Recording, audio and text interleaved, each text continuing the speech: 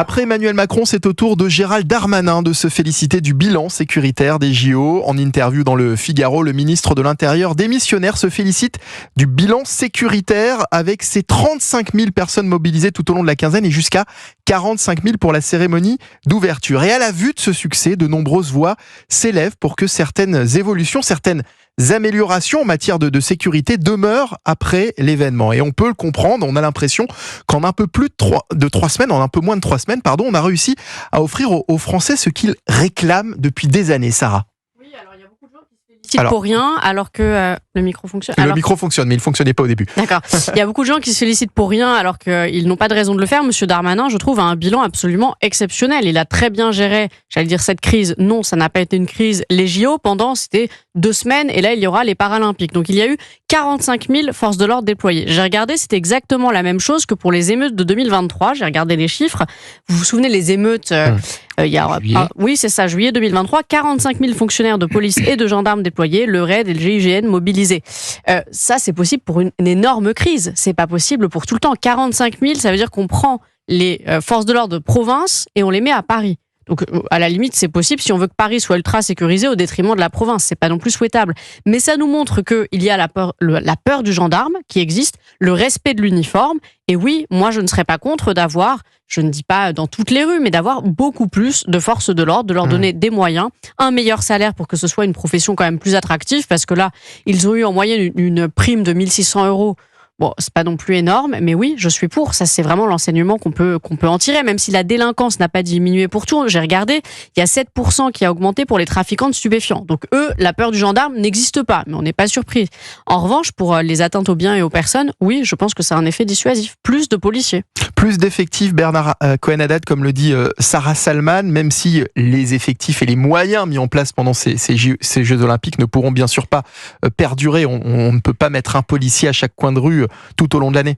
Il faut plus de police et mieux de police. Vous êtes allé à un moment dans un commissariat ces dernières semaines, ces dernières années? Non, Sarah, oui, moi non.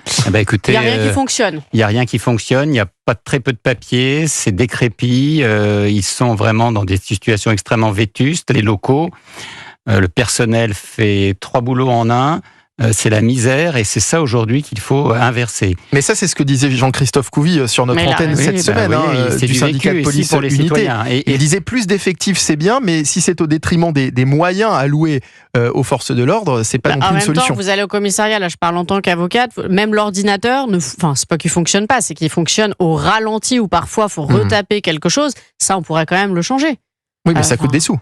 Mais c'est bien pour ça qu'il faut mettre du budget. C'est pour ça aussi qu'il faut mettre du budget sur la police et des personnels, en nombre de personnels dans la cité. On n'a jamais été autant en sécurité ces 15 derniers jours à Paris, en Ile-de-France et dans les grandes métropoles.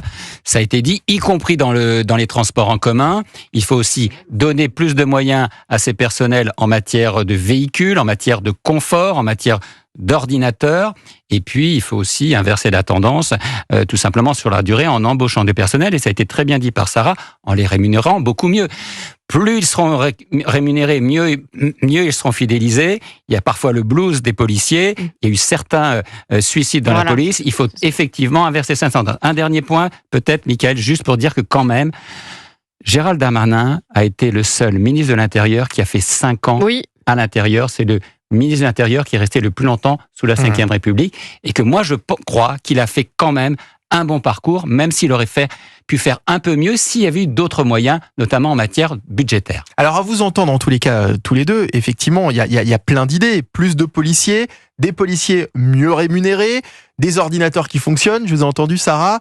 Oui, parce que c'est très désagréable quand il faut recommencer. Plus de moyens dans les commissariats, mais tout ça, ça coûte, et je me répète, je suis désolé, mais beaucoup d'argent. D'accord, combien on a mis dans la scène 1 400 000 000, et on va expliquer aux Français qu'on n'a pas les moyens de changer un ordinateur dans le commissariat du 18e arrondissement. C'est absolument inaudible. Donc c'est une question aussi de priorité. Une question de volonté aussi. Et de choix politiques. Alors écoutez justement ce qu'en disait sur notre antenne cet après-midi Nathalie, elle est auditrice parisienne, elle habite dans le quartier de la Porte de la Chapelle. Elle expliquait tout à l'heure que pour la première fois, elle s'est sentie en sécurité dans son quartier et forcément elle aimerait que ça dure. Écoutez. Nous, on est passé de l'enfer au paradis. Je me suis sentie à la campagne, alors que depuis des années, on vivait une situation mais vraiment intenable. S'il n'y avait pas eu les Jeux Olympiques, nous aurions continué à vivre dans cette situation où on nous abandonne. Ils nous ont prouvé par A plus B que quand on veut, on peut. Avec de la police, de la gendarmerie présente en permanence, la disparition, comme par enchantement, des dealers, des drogués. On sent déjà qu'il y a un petit relâchement, mais l'heure de vérité arrivera, je pense, après le 15 septembre. Nous osons espérer que tout ce travail ne va pas être saccagé par derrière un retour à la situation antérieure, lié à une indifférence totale à notre sort et à la lâcheté de l'État. Quand M. Fenech dit il ne veut pas vivre dans un État policier, moi j'ai envie de dire si, moi j'ai envie de vivre dans un État policier à la porte de la Chapelle. C'est terrible ce que nous dit Nathalie. Vous vous rendez compte, ça fait des années que ces habitants se battent pour lutter justement contre les trafics, contre la délinquance dans leur quartier. On leur dit que tout est fait pour justement mettre fin à ces problèmes. Et on constate que non, c'est pas le cas. Et qu'en revanche, voilà, pour presque 3 semaines de Jeux Olympiques, en claquant des doigts, tout peut disparaître. C'est pas le cas pour les habitants, c'est pas le cas pour les riverains, mais pour les touristes, là, on a bien voulu faire l'effort. Donc le message est très clair, c'est nous ne ferons aucun effort pour les habitants de la Chapelle, mais quand il y a des invités, on va faire régner l'ordre et on va mettre les migrants, les clandestins, enfin toutes ces personnes pour qui c'est pas très drôle non plus, disons-le aussi. Clairement. On va les mettre en province, je crois, dans des hôtels ou des choses comme ça. Puis ensuite, ils vont revenir. Donc c'est un mépris total pour les habitants, pour toutes ces personnes qui travaillent, qui payent un loyer, qui remboursent un crédit, qui ne peuvent pas vivre dignement parce que quand vous avez des personnes complètement droguées, qui n'ont rien, eh bien, il y a un risque pour votre sécurité. Moi, je le dis, j'irai jamais porte de la Chapelle toute seule.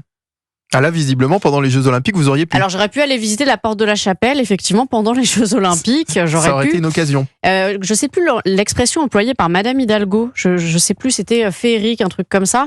Ce serait bien que ce soit féerique tout le temps, parce que tout au long de l'année. C'est assez méprisant quand vous y pensez. Moi, je pense que quand on habite porte de la Chapelle, on n'a qu'une envie, c'est de déménager. Et on donne raison à la délinquance, finalement. On disait, Bernard Cohen-Haddad, qu'on ne pouvait pas mettre un policier à chaque coin de rue. Il y a peut-être en revanche des endroits, des quartiers à cibler particulièrement, et ces Jeux Olympiques nous auront appris qu'il y a quand même une peur de la police qui existe, une peur du gendarme. Oui, il y a quand même un grand nettoyage au sens propre et au figuré qui a été fait. Je vous rappelle que quand il y a 1 mois et demi, 2 mois, vous étiez à la porte de la Chapelle, il y avait des drogués, des migrants, des prostituées, et ça sentait l'urine à chaque coin de rue, il faut quand même le dire. Et c'est ça aujourd'hui qui a disparu. Est-ce que ça va durer ? J'en suis pas convaincu. Si on met pas des moyens supplémentaires pour garantir aux riverains une qualité de vie, garantir aux commerçants une capacité de travailler en toute tranquillité, garantir à ceux qui passent aussi le soir une capacité de ne pas se faire tout simplement briser la vitre de la voiture parce que c'est pas toujours sécurisé quand vous êtes à 22h, 23h parce qu'il n'y a plus même de police. Même à 14h. Voilà. Et donc c'est une vraie réalité et on aimerait effectivement que ça dure. C'est pour ça qu'il faut mettre le paquet. Moi je suis un peu étonné à ce qu'a dit notre auditrice. C'est pas uniquement le gouvernement, c'est aussi la ville de Paris. Que chacun soit face à ses responsabilités.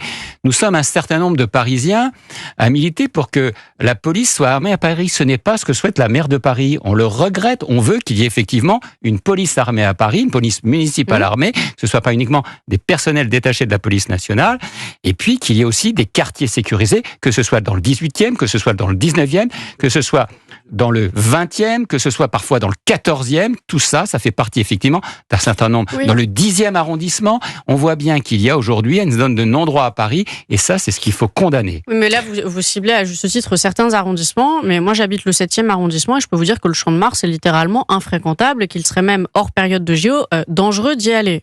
Vraiment, ça fait 3-4 ans que je n'y vais plus et on est beaucoup dans ce cas-là.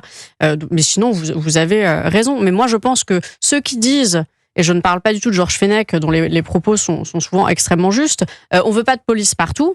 Moi, ça me gêne pas de voir la police partout parce que je n'ai rien à me reprocher. Et si la police me demande mes papiers, je les donne tout de suite. Donc, quand on dit je veux pas la police, je ne veux pas, pourquoi on veut pas la police quand on n'a rien à se reprocher ? C'est tout simple.